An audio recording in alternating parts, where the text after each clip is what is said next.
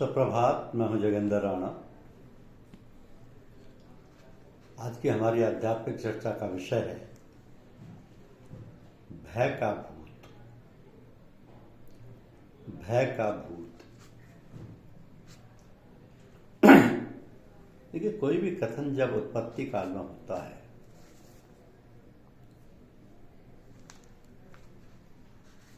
तो उत्पत्ति के कारणों के प्रत्यक्ष होने के कारण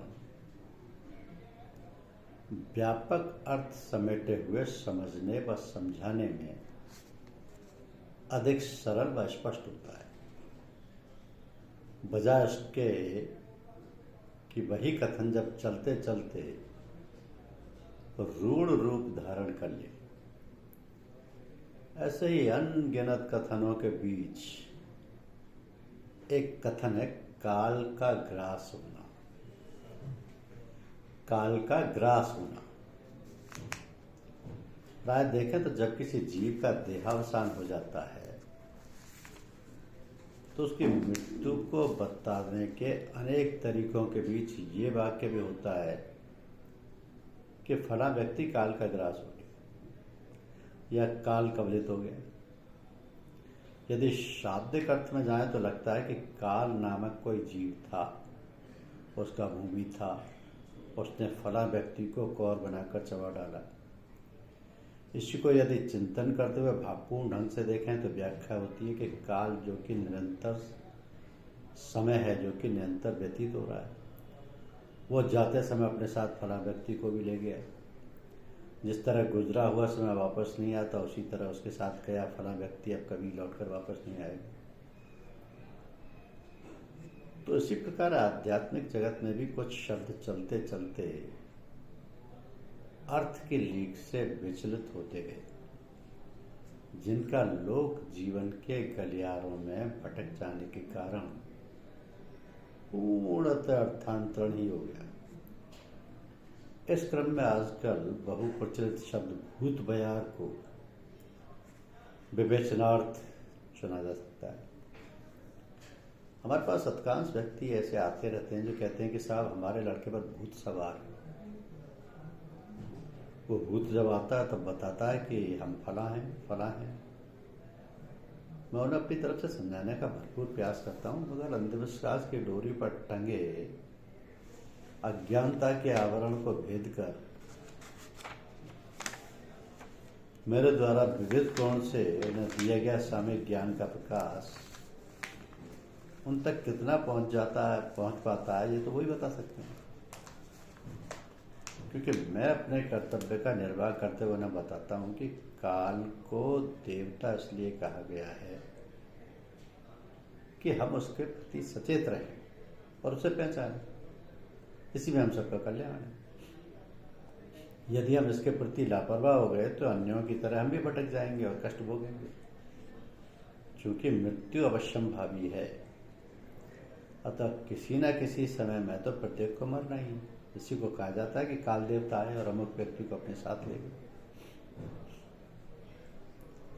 तो सब विदित है कि बीता हुआ काल भूतकाल कहलाता है।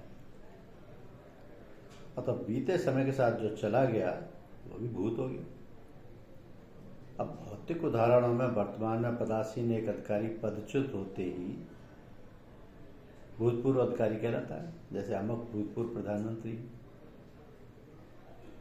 तो भूत का एक अर्थ प्राणी भी होता है, यथा भूतनाथ अर्थात जीवों के स्वामी।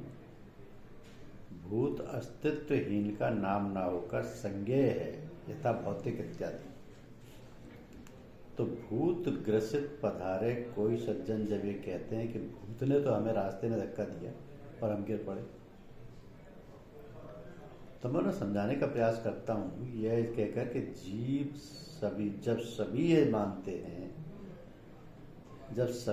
हैं कि 5 भौतिक शरीर जब विलीन होता है तब क्षिति, जल, पावड़, गगन और समीर अपने व्यापक रूपों में विलय हो जाते हैं। फिर बोला ऐसा क्या शेष बचता है जो आपको धक्का दे सकता है? और यदि मान भी लो समीर में मिलकर आपको धक्का मारने का प्रयास करता भी है तो पंच तत्वों से सुगठित आपके शक्तिशाली शरीर को पंच तत्वों से विलग हुआ सूक्ष्म शरीर क्या आपको धक्का देने में समर्थ होगा? फिर यदि मृत्युपरांत भी शरीर के पूर्णतः विघटित हो जाने को या विघटित हो जाने की स्थिति में कोई तत्व शारीरिक क्रियाओं की भांति प्रभावी बना रहेगा, तो मृत्यु जैसा असत्य लगने लगेगा। मृत्यु का तो फिर कोई अर्थ ही नहीं रहा। जीवन मृत्यु के क्रम के बीच में तीसरी कोई चीज कहां से आ गई? तो बहुधा ऐसा देखने में आता है कि अच्छे खासे शरीर में जब किसी एक तत्व की विषमता हो जाती है तो शरीर शव की भांति बोझ बन जाता है। उदाहरणार्थ, यदि बयार या हवा या शरीर ही अनुपात बाह्य हो जाए तो वायु विकार ढोए नहीं चुकता, तबाही सी हो जाती है। और जहाँ सकल तत्व ही विनिष्ट हो गए हों तो वह मृत प्राणी दूसरों को सताने के लिए क्या कुछ समर्थ रह जाता होगा? ये विचार नहीं है। यह तो रही भूतग्रस्त व्यक्ति को समझाने की खंडन विधि। अब मैं मंडन विधि का प्रयोग करता हूँ। समस्या और निदान सृष्टि के आरंभ काल से ही चले आ रहे। प्राचीन काल में भक्तों ने जिस समस्या के लक्षणों के आधार पर भूत कहकर संबोधित किया, वही आज मनोचिकित्सकों द्वारा तनाव या टेंशन कहकर संबोधित किया जा रहा है।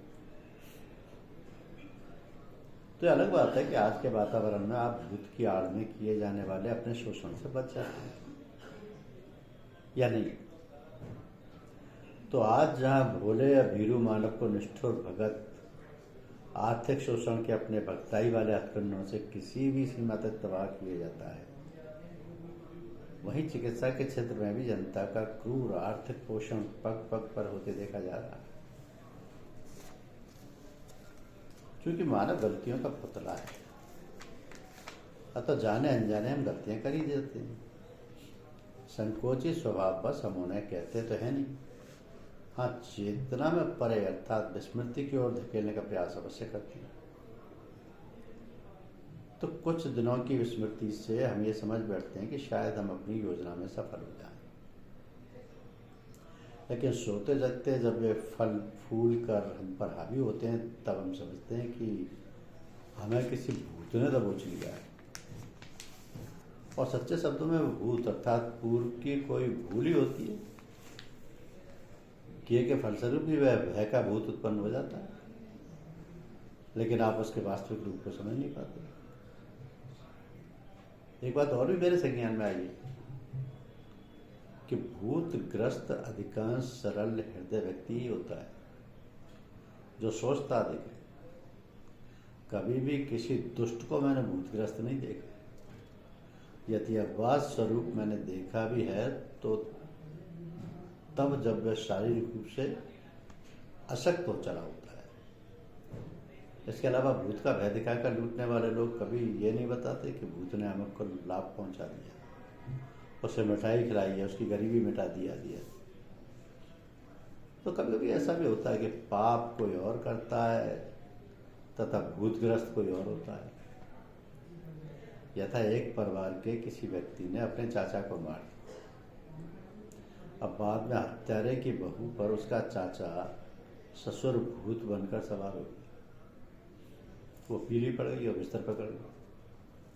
गहरी पूछताछ के बाद निष्कर्ष निकला कि चुप बहुत रहती है, भूत उसे खाना भी नहीं खाने देता।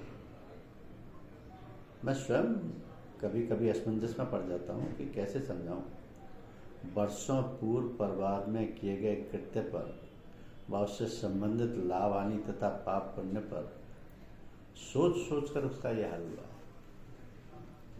तो हमारे लोक मानस में रूढ़ अर्थ पूर्ण भूत सवार होने का अंधविश्वास इतना गहरा बैठा हुआ है कि मेरी कोई भी विधि उसे तोड़ने में उतनी कारगर सिद्ध नहीं होती जितना कि मैं देखना चाहता हूँ। तो पीड़ित व्यक्ति संतुष्ट तभी होता है जब मैं भी ये कहकर धागा बांध देता हूँ कि ये रक्षा सूत्र है, जब तक तुम्हारे हाथ में बंधा रहेगा भूत नहीं आएगा। अब मैंने तुम्हारा भूत ले लिया, तुम निश्चिंत होकर कर जाओ। सुविधा अनुसार 10-15 दिन के अंतर से एक बार फिर और घूम जाना। ऐसा करके मैं भी मनोचिकित्सक की विधि अपनाता हूँ, लेकिन केवल पदार्थ की दृष्टि से। इसमें पैसे की या कमाई की विषय पर भी डिप्सा नहीं होती, और इस तरह से मैं अधिकांश को स्वस्थ भी पाता हूँ। तो अंततः मैं जनित में उन लोगों से अपील करता हूँ कि जो भूत प्रेतों के नाम पर बड़ी बड़ी बातों का जाल तंत्र बिछाकर भ्रम फैलाते हैं कि वे आगे आएं और भारत भूमि से भूख, बेरोजगारी, आतंकवाद और धार्मिक कट्टरवाद आदि विभीषिकाओं से निपटने के लिए अपने तथाकथित भूत ज्ञान की क्षमतापूर्वक उपयोग करें, उसका उपयोग करें। मनुष्य के जीवन का तो ध्येय है परम कल्याण अर्थात मोक्ष की प्राप्ति, लेकिन मुक्ति का मार्ग वही बतला सकते हैं जो मुक्त हो चुके हैं। भगवान के परम धाम का पथ उन्हीं को ज्ञात है जो भगवत कृपा से वहां पहुंच चुके हैं। ये भूत प्रेत वाले नहीं बता सकते।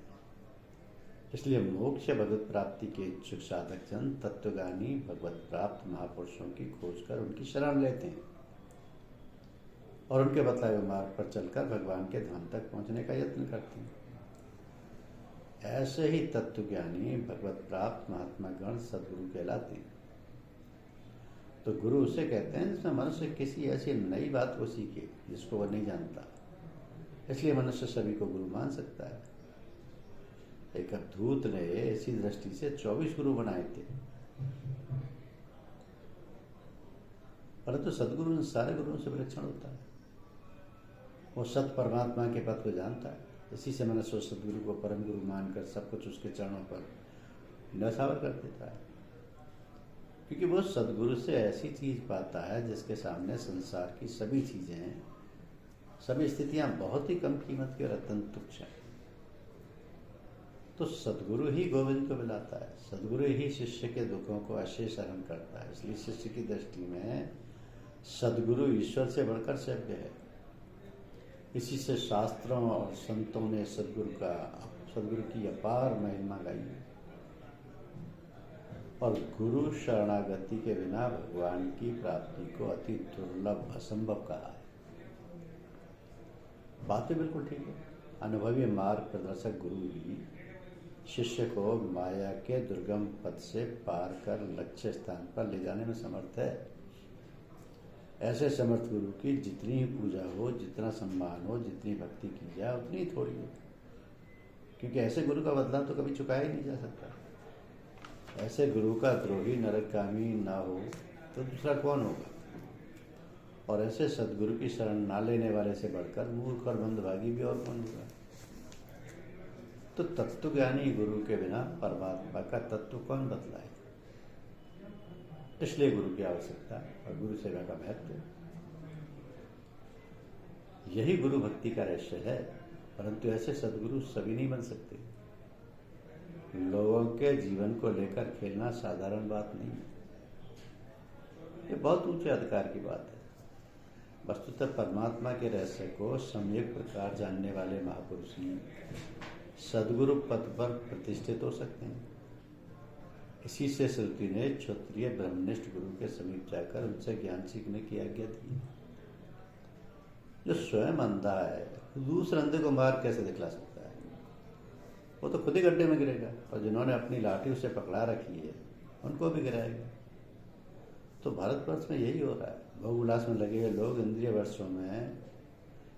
विषयों में आसक्त मनुष्य परमार्थ पथ के प्रदर्शक गुरु बन गए। इसका परिणाम घोर नरकाग्नि में आहुति पड़ने और उसके अधिकाधिक प्रज्वलित होने के अतिरिक्त और क्या हो सकता है? तो ऐसे लोगों से जितनी दूरी बनाई जाए उतना अच्छा। धन्यवाद।